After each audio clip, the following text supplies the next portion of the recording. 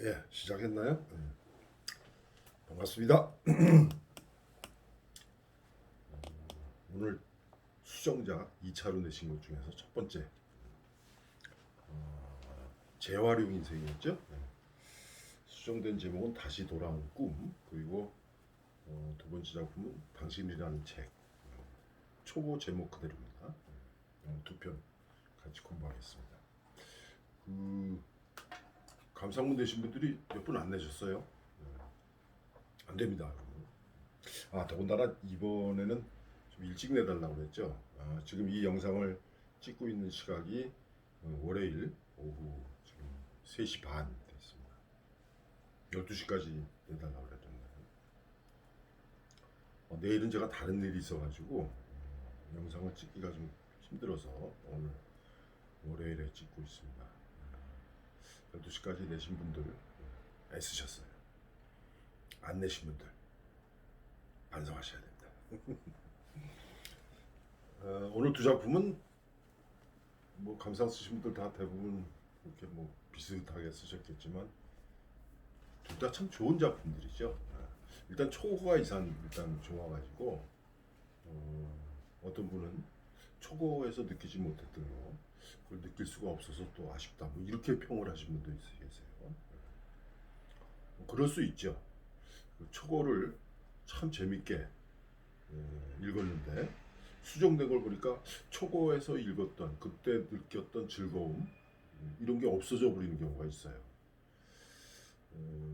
수정한 사람, 글을 쓴 사람은 어떻게든지 더 잘 쓰려고 진짜 소설답게 보이게 하려고 수정을 했을 텐데 읽는 독자 입장에서는 초고에서 읽었던 어떤 느낌, 강한 느낌 이게 좀 무뎌지는 게 아닌가 그런 느낌도 있을 거예요. 그리고 또 한 가지는 이미 초고를 우리가 알고 있기 때문에 수정작을 읽으면서 수정작의 좋은 점을 발견 못하는 수가 있어요. 왜 그러냐면은 초고를 알고 있기 때문에 그래요. 만약에 초고를 읽지 않고 모르는 상태에서 수정작을 읽었다면은 더 좋게 생각할 수도 있을 텐데 그렇지 않은 경우가 그렇게 종종 생깁니다. 근데 오늘 이 저 두 편의 작품은 오히려 수정한 것이 초고보다 못하다고 느낄 수 있는 그런 여지가 있는 작품들이에요. 저는 두 작품 다 수정작 좋게 읽었습니다. 수정을 하려고 애를 많이 쓰셨어요. 이제 서로 다른 게 뭐냐면은 예를 들어서 오늘 서미숙님이 다시 돌아온 꿈 발제를 맡으셨는데 서미숙님이 첫 문장에 이렇게 돼 있어요. 제목과 세세한 부분의 수정만 이루어지고 시점 등장인물 구성 전체적인 내용은 그대로이다. 전체적인 내용은 그대로이다라고 서미숙님은 느낀 거야. 근데 저는 세세한 부분 많이 고쳐가지고 작품이 더 단단해졌다 이렇게 느껴졌어요. 이게 서로 다른 겁니다. 서미숙님이 이렇게 전체적인 내용 그대로이다라고 말하는 것을 틀렸다 이렇게 얘기할 수가 없어요. 서미숙님의 느낌은 그런 거니까. 아무래도 워낙 잘 쓰여졌던 글이기에 큰 줄기는 그대로일 터이다. 예, 이거 초고 우리 같이 이야기 나눌 적에 제가 잘된 작품이라고 얘기를 한 거 기억이 나는데 그랬기 때문에 큰 줄기는 건드리지 않고 세세한 거 몇 가지만 이렇게 수정을 했죠. 그래도 독자들 입장에서는 성에 안 찰 수도 있어요. 더 좋은 작품을 바라니까. 자, 서미숙님 발제문 계속 봅니다. 자신의 꿈에 대한 마음을 닫고 살았던 화자가 다시 꿈을 꾸어보기 위해 한 걸음 나아가는 길이기에 내용에 어울리는 제목으로 수정되었다. 즉 재활용 인생이라는 제목보다는 다시 돌아온 꿈이라는 제목이 조금 더 낫다 이거죠. 저는 아직도 성에 안 차요. 다시 돌아온 꿈이라는 이 제목이 아직도 좀 어색한 느낌이에요. 저 뒤에 가서 그런 얘기 하신 분이 계세요. 그 다음에 오타 뭐 띄어쓰기 이거 몇 가지 지적하고 또 뭐 어색한 문장 몇 가지 지적한 다음에 이제 결정적으로 이 서미숙님이 이렇게 저 집중적으로 보신 거는 문장 서술과 대화 이거 어떻게 구분을 하느냐 이 문제가 그런 문제예요. 바보 멍청아 웃음이 나오니 이 한심 아닌가라고 서술을 해놨는데 사실 이거는 화자가 직접 자기 자신에게 한 얘기죠. 속으로 한 얘기예요. 이런 경우에 작은 따옴표 없는 없이 속마음을 표현했는데 서술과 생각이 나뉘어지는 것을 바로 캐치하기 좋았다라고 말을 하면서 또 한편으로는 그 서술하고 대화가 이게 잘 구분이 잘 안 되는 그런 경우 뒤에 가면 이제 이령님도 그런 지적을 하셨는데 그런 걸 좀 조심해야 될 것 같아요. 그 다음에 할머니의 죽음을 미리 암시하는 부분이 있었으면 좋겠다라는 지적을 수용하고 넣은 부분이 있다는 거죠. 그게 뭐냐면은 그저 주방에서 우당탕하며 물건이 뭐 어쩌고저쩌고 그러면서 할머니 쓰러진 얘기가 나오잖아요. 주방에서 그 얘기가 할머니가 어쩌면 죽을지도 모르겠다라는 그런 암시를 주는 문학적 장치로 그렇게 쓰였다 이렇게 얘기죠. 그 다음에 이 문장 이것도 지적한 것 중에 내 시선은 문이 열린 방 앞에서 놀란 채 멈췄다라고 고쳤는데 초고에는 어떻게 돼 있었냐면 시선이 문이 열린 방에서 툭 하며 걸렸다 라는 초고에 있는 그 문장이 더 좋다는 거예요. 서미숙님 생각하고 저도 마찬가지입니다. 저도 그 시선이 문이 열린 방에서 툭 하며 걸렸다. 시적인 표현이에요. 이런 거는 소설 문장에 시적인 표현들이 이렇게 종종 쓰이는 걸 보게 되는데 괜찮습니다. 그거 소설이라고 해서 뭐 흔히 소설은 객관적인 장르라고 해서 그 시적인 거, 그다음에 상징적인 거, 비유적인 거 이런 거 쓰면 안 된다. 그런 거 아닙니다. 특히 1인칭 서술인 경우에는 이런 시적인 문장, 그다음에 비유나 상징이 들어가는 그런 서술문들 많이 써도 돼요. 괜찮습니다. 그다음에 또 여기 저한테 질문한 것 같아요. 작가님께 질문을 해서 이거 어느 작가를 얘기하는 거나 그래서 한 가지 상식으로 알아두세요. 저를 부르는 거면 작가님께는 잘못된 거예요. 작가는 호칭이 아닙니다. 지칭일 뿐입니다. 의사 선생님한테 의사님 이렇게 하는 거나 마찬가지예요. 작가님 호칭이 아닙니다. 저 부를 적에는 어떻게 해요?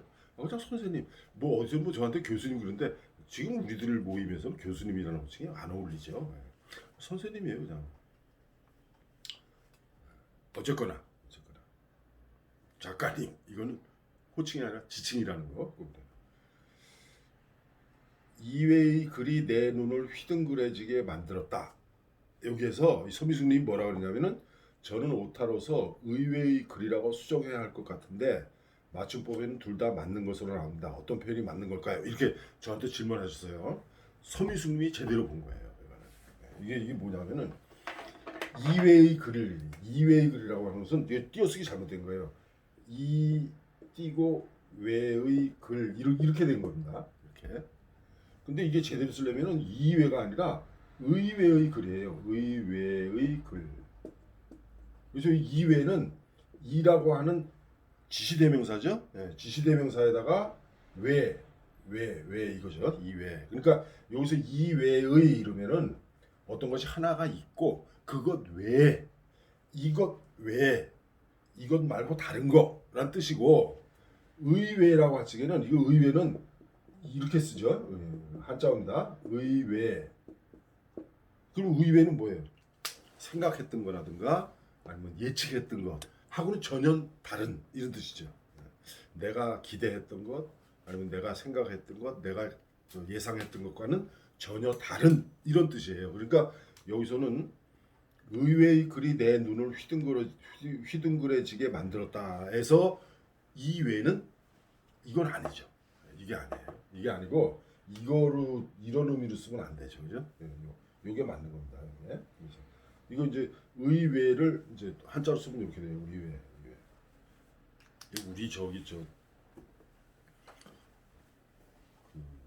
우리말 쓰기 이거 얘기하다가 제가 어떤 적에는 막 흥분해가지고 막 야단치고 그러는데 왜 이름만 이 글을 쓰신 분도 이외의 글이 아니라 이외가 아니라 의외라고 아셨을 거야.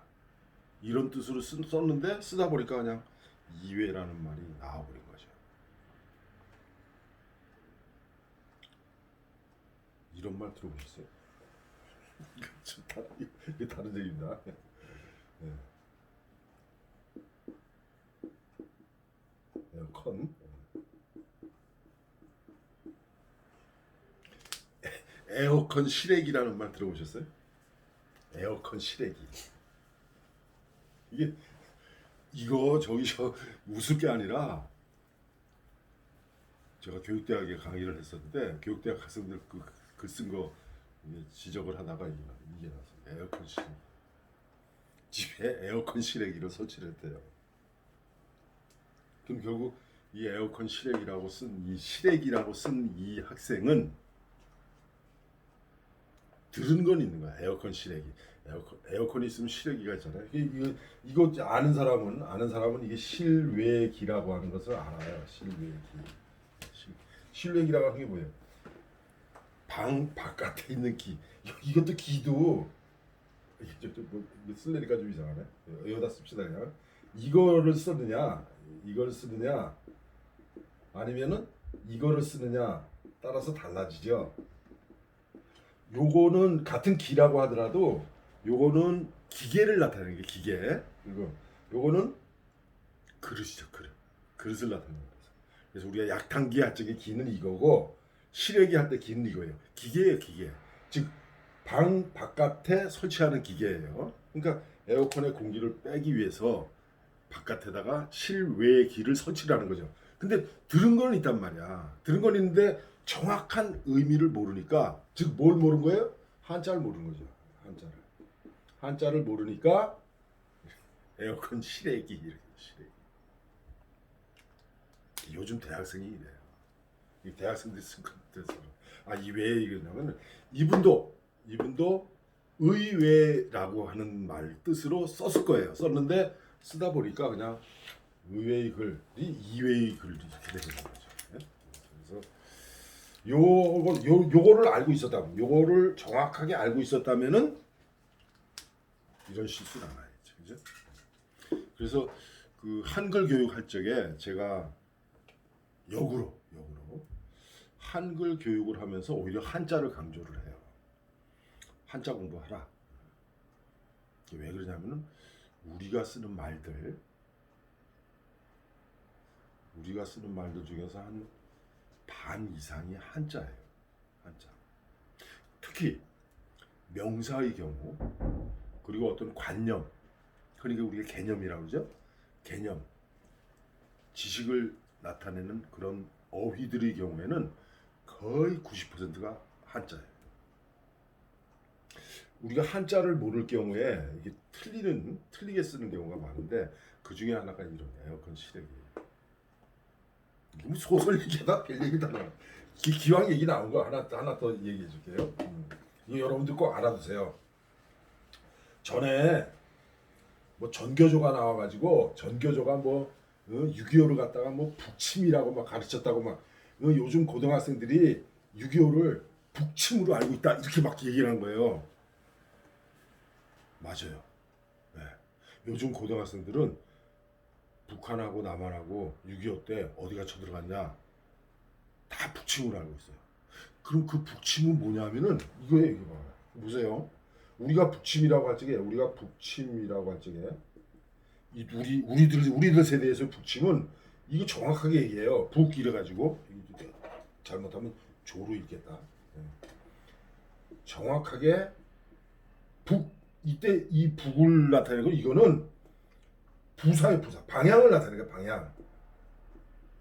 그래서 우리는 북쪽으로 침략했다. 아니죠. 어떻게 남침이죠.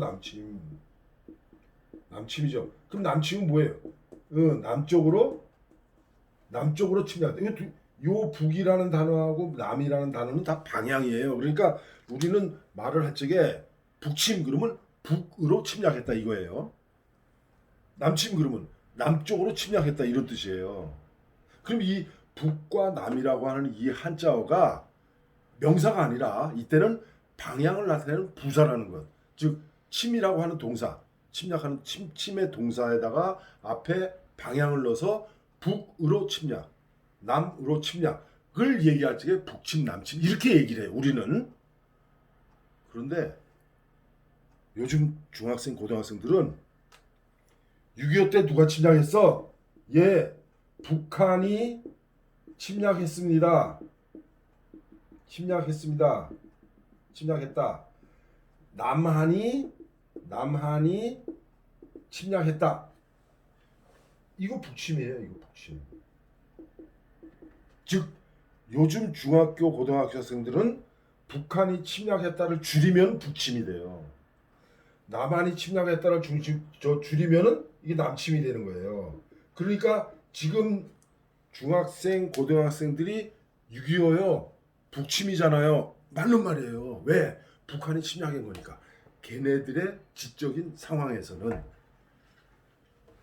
왜 이런 얘기를 하냐면은 전에 막 국회의원들이 나와가지고 전교조가 말이야 우리 저 어린 학생들한테 뭐 한국 전쟁은 북침이라고 가르쳤다고 그래요. 아니요, 안 가르쳐. 그렇게 안 가르쳤어요. 전교조 선생님들이 이름하여 뭐 운동권이죠. 그렇다고 하더라도 저기 전교조에 있는 선생님들이 학생들한테 6.25의 역사적 사실을 북한은 우리가 북쪽으로 침략했다고 절대 안 가르치죠. 어떻게 가르쳤어요? 북한이 침략했다라고 가르쳤어요. 북한이 침략했다라고 가르쳤는데 학생들이 받아들이겠죠. 맞아. 북한이 침략해서 줄여서 북침 이렇게 된 거예요. 그런데 고등학생들이 북침이라고 말하는 거를 우리 세대가 듣고서는 이걸로 알아듣는 거야. 이걸로. 그러니까 흔히 해서 커뮤니케이션이 제대로 일어나지 않는 거예요. 중고등학생들이 말하는 북침은 북한이 침략했다를 줄여서 말하는 거고 우리들이 말하는 북침은 북쪽으로 침략했다가 되는 거죠. 서로 안 맞는 거죠. 그러니까 중고등학생들이 북침이라는 단어를 쓰는 걸 보고 지금 현재 우리들 기성세대가 아니 어떻게 전교조 교사들이 말이야 고등학생들, 중고등학생들 역사적 사실도 잘못 가르치고 있다고 안 되겠다고 뭐. 왜 그렇게 했어요? 한자를 모르니까. 남과 북이 남이라는 글자하고 북이라는 글자가 단순히 명사만이 아니라 방향을 나타내는 부사로 쓰인다는 걸 모르는 거예요. 그걸 모르니까 남침 북침 그러면 뭐 남쪽으로 침략했다 북쪽으로 침략했다가 아니라 북침 그러면 북한이 침략했다 남침 남한이 침략했다. 북한 애들한 저 고등학생들한테 물어봐요. 지금 한번 물어보세요. 주변에 야 6.25 때 북한이 쳐들어와서 남한이 쳐들어갔어. 북한이 쳐 내려온 거야? 남한이 쳐 올라간 거야? 물어보세요. 정확하게 알고 있어요. 북한이 쳐 내려왔다. 알고 있어요. 그럼 그걸 줄여서 뭐라 그러지? 북침 이렇게 얘기해요. 왜? 이거 한자 모르니까. 그래서 저는 역설적으로 한글 전용을 위해서라도 기본적으로 한자는 알고 있어야 된다는 거예요. 그렇다고 뭐 한자를 막 쓸 줄 알고 막 음과 훈을 뭐 다 외우고 그런 거 하는 게 아니라 눈으로라도 익혀둬야 된다. 그래야 우리말 어휘가 풍부해집니다. 그래서 음과 훈을 빌어서 이렇게 말 만들면 우리말 얼마든지 풍성해질 거라는 생각이에요. 그래서 당분간은 한자 공부 좀 해야 됩니다. 괜히 이 글 쓴 사람 이외의 글이라는 거 그 단어 때문에 한자 공부하는 얘기까지 나왔습니다. 어쨌거나 저 우리말 아끼는 사람들이 한자도 많이 알아요. 한마디 더 할까요? 한글 전용 주장하는 사람 있죠? 둘 중에 하나예요. 한글 전용 주장하는 사람. 한자에 능통한 사람입니다. 한자에 능통하기 때문에 한글 전용을 할 수 있어요. 그 다음 또 한 사람, 또 한 분은 누구예요? 예, 한자를 도무지 모르는 사람. 둘 중에 하나예요. 한글 전용 주장하는 사람. 저는 한글 전용을 주장합니다. 그런데 한자에 능통하진 않아요. 제가 알 만큼만 알죠. 제가 쓸 수 있는 거. 제가 가끔 막 되도 않는 막 글씨로 악필인데도 막 일부러 한자를 쓰는 거는 한자를 써서 정확하게 개념을 전달하려고 그러는 거예요. 이해 좀 해주세요. 천재는 악필이라고 그러잖아. 내가 몇 번째 얘기하네. 자, 그다음 주제 의식이 모두 드러나 버렸던 문장이 빠졌죠, 그죠? 그 대신에 다른 문장이 들어갔어요. 그래서 주제 의식을 모두 드러내고 독자가 느끼도록 만들려고 애쓴 흔적이 보인다. 예, 그렇죠. 그렇습니다. 그래서 서미숙님이 이걸 이제 정리를 했어요. 어떻게 했냐? 주제를 나타내는 제목으로 수정했다. 그다음 두 번째, 할머니의 죽음을 미리 암시할 수 있는 단락이 추가가 됐다. 그다음에 작가 스스로 주제 의식을 드러내버린 단락을 빼버렸다. 예, 그렇죠.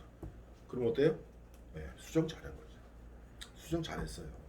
그런데 다른 분들이 느끼기에는 뭐 별로 수정을 한 것 같지가 않다라고 느끼는 게 왜 그러냐면은 그만큼 자연스러웠기 때문에 그래요.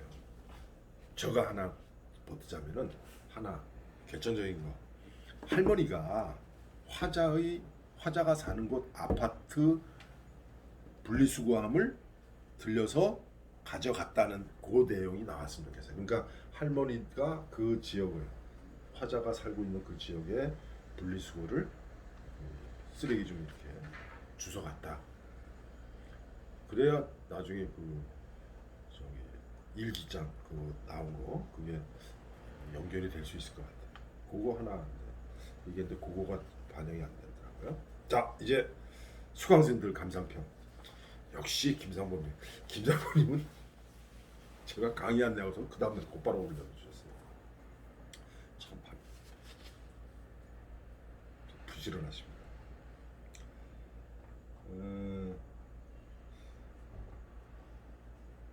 그다음에 김상범님은 여기 아주 좋게 얘기하셨어. 많은 변화가 느껴지지는 않는다 그랬어요. 구성과 배치를 바꾼 점이 눈에 들어오는데 주인공이 다이어리를 발견하는 상황에 리얼리티를 부여하기 위해 변화를 주었지만 할머니의 마음과 다이어리가 연계되는 장면이 자꾸만 눈에 걸린다. 저하고 비슷한 생각이에요. 이 할머니가 갑자기 그냥 다이어리가 자기가 쓰던 고등학교 때 쓰던 일기장이 거기에 발견되는 것보다는 일단 어머니가 버리셨다고 그랬잖아, 그죠? 그리고 할머니가 그거를 주워갔을 거라는 것. 그러니까 할머니가 그쪽 지역을 이렇게 쓰레기를 거기다 수거해 갔다는 그런 얘기가 한마디 나왔으면 좋겠다, 그런 얘기죠. 윤명훈님은 저기 이 글 쓰신 분 윤명훈님이 올린 거 감상문 꼭 확인하세요. 초고하고 퇴고를 한 거 이렇게 비교해서 설명을 해주셨어요. 내용이 초고와 거의 똑같다. 똑같은 건 아닙니다. 좀 비슷하죠. 분위기가 그렇게 비슷해요. 크게 바뀐 건 제목. 근데 윤명훈님이 저하고 같은 생각이에요. 재활용 인생을 다시 돌아온 꿈으로 수정했어. 그래서 바뀐 제목이 처음 제목보다는 낫다는 생각이 들지만 좀 더 고민해봤으면 하는 생각이 든다. 왜 그럴까? 전에 무슨 광고에 있었죠. 2% 부족한 거예요. 제목으로서 2% 부족하다. 그 다음에 할머니의 죽음을 암시해서 개연성을 확보했다. 예, 그렇죠. 네, 잘했어요. 그 다음에 저 초고하고 퇴고를 하는 거를 견주어 가지고 이렇게 잘 설명해 주셨고, 퇴고한 부분이 좀 더 매끄럽고 자연스럽다. 그런데 대화에 뭐 호호호 후후후 이런 의성어 좋은 거 아닙니다. 그 다음에 초고의 플롯을 퇴고에도 하나도 바꾸지 않았는데 좀 더 긴장감을 주고 흥미를 끌 수 있도록 구성을 조금 바꾸면 어떨까. 그러면서 어떻게 얘기했냐면은 도입부에 할머니가 들어오는 장면부터 한다든가 아니면은 면접을 보고 화장실에서 우는 장면을 먼저 앞에다 내세운다거나 아니면 그리고 뭐라 그러냐면 윤명훈님 자신이 이 글을 쓴다면 면접 보는 장면을 리얼하게 그려놓고 그래 그게 좀 아쉬워요. 그냥 서술로 그냥 끝나버렸는데 그 면접을 보는로 가서 그 앉아서 기다리는 상황, 조바심, 긴장 이런 거 그리고 지원자는 꿈이 뭡니까? 라고 그 물음을 면접관의 질문을 듣는 순간 당황한 그런 심리 그런 게 좀 더 리얼하게 나와도 되지 않을까 이런 생각이 들어요. 그래서 윤명훈님이 쓴다면은 면접 보는 장면을 리얼하게 그려놓고 화장실에서 우는 장면까지를 도입부로 이렇게 해서 그래서 이제 뭐 다시 그걸 이겨내고 다시 아르바이트하는 편의점으로 와서 알바하고 있는 그런 장면이 나오면 되겠죠. 그러면서 이제 누구야? 할머니가 들어오고 어느 또 어떤 껄렁한 여자하고 같이 들어와가지고 껄렁한 여자가 자꾸 뭐 이런 바람에 빨리 그냥 할머니 보내고, 그리고 할머니가 떨어뜨린 저 열쇠 줍고 그렇게 연결되면 되겠죠. 그리고 그 다음에 이제 회상이 나오게 될 거예요. 그 다음에 이유진님은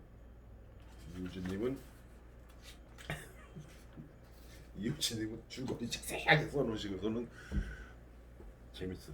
추가된 내용이 미미하고 크게 바뀐 내용이 없어 감상평은 지난 평으로 대신한다. 자, 그러면서 절대 귀찮아서 그런 거 아님 이렇게 써주셨어요.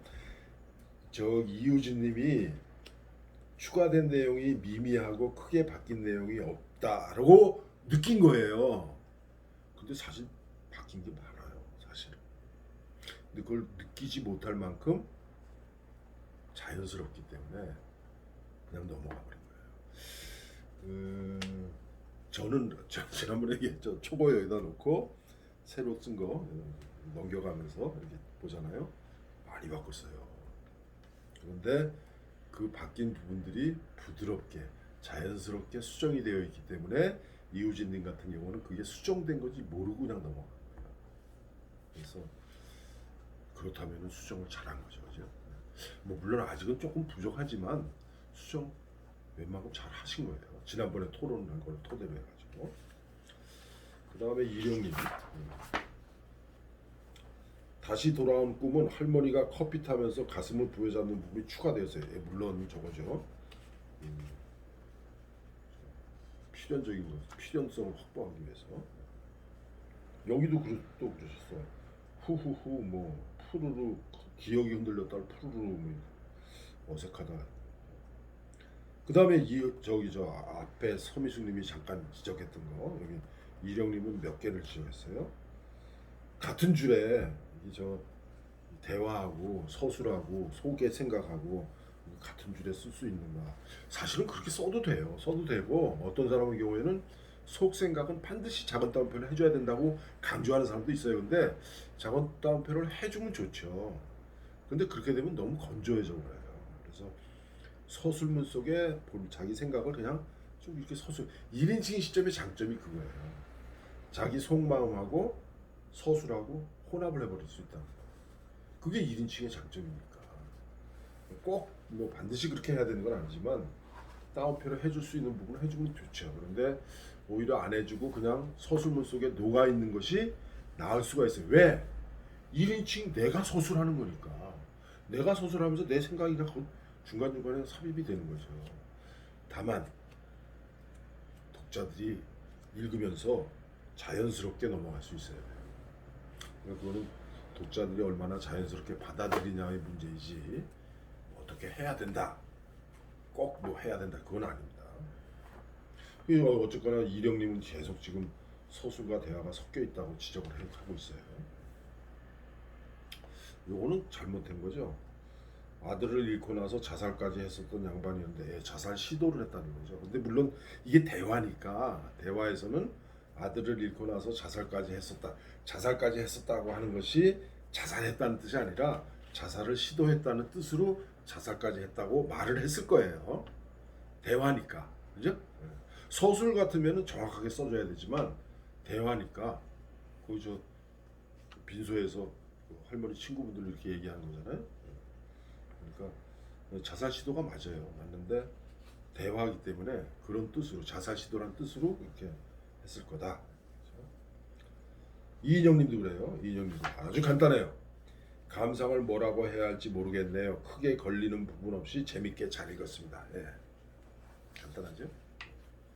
결국 부드럽게 웬만큼 제가 생각할 때는 한 2% 부족하지만 잘 했다는 겁니다. 한정민님도 비슷해요. 온기가 느껴지는 작품. 참 좋은 말씀 주셨어요. 이 글을 쓰신 분의 따뜻한 시선과 순수한 마음이 작품 곳곳에서 느껴진다. 다시 돌아온 꿈은 첫 번째 제목보다 한결 좋지만 제목이 결론을 미리 말해버리니 독자들이 읽는 재미가 떨어질 것 같다. 정확하게 지적한 겁니다. 또 다른 제목을 고민해 보시라고 권하고 싶다. 네, 저도 권하고 싶습니다. 아까 저희 윤명우님도 그런 거 하시죠? 그다음에 이거는 실제 저도 물어보고 싶어요. 할머니는 작가의 상상으로 만든 인물인지 실제 모델이 있는지. 그다음 이대호님은 첫 작품 읽으면서 참 재밌다는 느낌을 받았다. 수상 작품을 많이 기대했는데 첫 작품과 대동소이하다. 하지만 제목에서 재활용 인생보다는 다시 돌아오는 꿈이 좋아 보인다. 그렇죠? 주인공의 꿈이 적혀 있는 다이어리가 키인 것 같은데 묘사하는 면에서는 매끄럽지 않은 것 같다. 주인이 작가의 삶과 연관이 있는 것처럼 생각이 드는 것은 어떤 면일까? 그 얘기예요. 주인공이 이 글 쓴 사람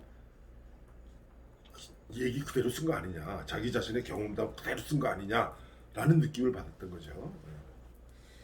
그렇게 할 수도 있죠. 이 글을 쓴 사람이 실제 그런 경험을 해서 그 경험을 소설로 1인칭으로 그냥 써내려가는 수도 있어요. 이 작품에서 제가 특별히 지적을 해주고 싶은 건 뭐냐면은 이게 1인칭이잖아요, 그죠? 예. 1인칭인 경우에 저 한번 보세요. 여러분들 가지고 있으면 한번 보세요. 지금 101쪽입니다. 101쪽 시작하는 부분이에요. 안녕히 가세요. 말했어요. 나는 휑하니 몸을 돌려나가는 내 또래 남자 손님의 등 뒤에 대고 인사를 했다. 바쁜 것 같지도 않은데 인사는 좀 주고받고 살지. 나는 문을 열고 나가는 남자 손님의 등을 보며 입을 비죽거렸다. 라는 요 단락에서 나는이 두 번이나 나와요. 이 단락에서 나는이라는 주어는 빼도 상관없어요. 1인칭 서술을 할 적에 나는이라는 주어 굳이 쓸 필요가 없습니다.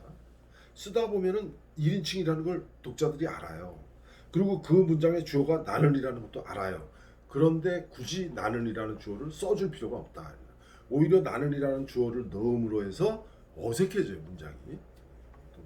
꼭 기억하세요. 그래서 그냥 안녕히 가세요 라고 한 다음에 휑하니 몸을 돌려 나가는 내 또래 남자 손님 등 뒤에 대고 인사를 했다. 누가? 내가. 나는 빠진 거죠. 그 다음에 이 문장은 나는 어색해가지고 언제쯤에나 출근이라는 단어에 몸소리를 치는 직장인이 되나. 출근이라는 단어에 몸소리를 치는 건 뭐예요? 물론 의미는 이해해요. 출근이라는 단어에 얼마나 그 좋은 단어냐. 내가 지금 출근을 못하니까, 즉 내가 직장인이 아니니까 출근을 한다는 것 자체가 얼마나 즐거운 일이냐, 그런 뜻으로 쓰셨을 텐데 출근이라는 단어에 몸소리를 친다. 몸소리를 치는 건 안 좋은 건데, 그죠? 그런 얘기. 그다음에 그 정도네요. 초고보다 부드럽다, 이렇게 결론적으로 이렇게 얘기했어요. 지난번에 우리 수정 작품 토론할 적에 그때 여러 차례 이제 거론됐던 거, 그런 것들을 제가 볼 적에는 웬만큼 수정을 하셨어요. 그래서 초고보다는 훨씬 좋고, 그 다음에 수정한 부분도 부드럽게 자연스럽게 잘 수정이 됐다는 느낌이에요, 저는. 그래서 조금만 더, 아까 얘기한 2% 부족한 거, 그것만 조금 수정이 더 보완이 된다면은 이 정도 작품이면 좀 좋죠. 이 정도 작품만 꾸준히 써낼 수 있어도 괜찮은 거예요. 흔히 얘기해서 수준작이라고 할 수가 있는 겁니다. 그다음 당신이라는 책은 영상을 달리해서 강의하도록 하겠습니다. 오늘 첫 번째 강의 영상 여기까지입니다. 잠시 후에 뵙겠습니다.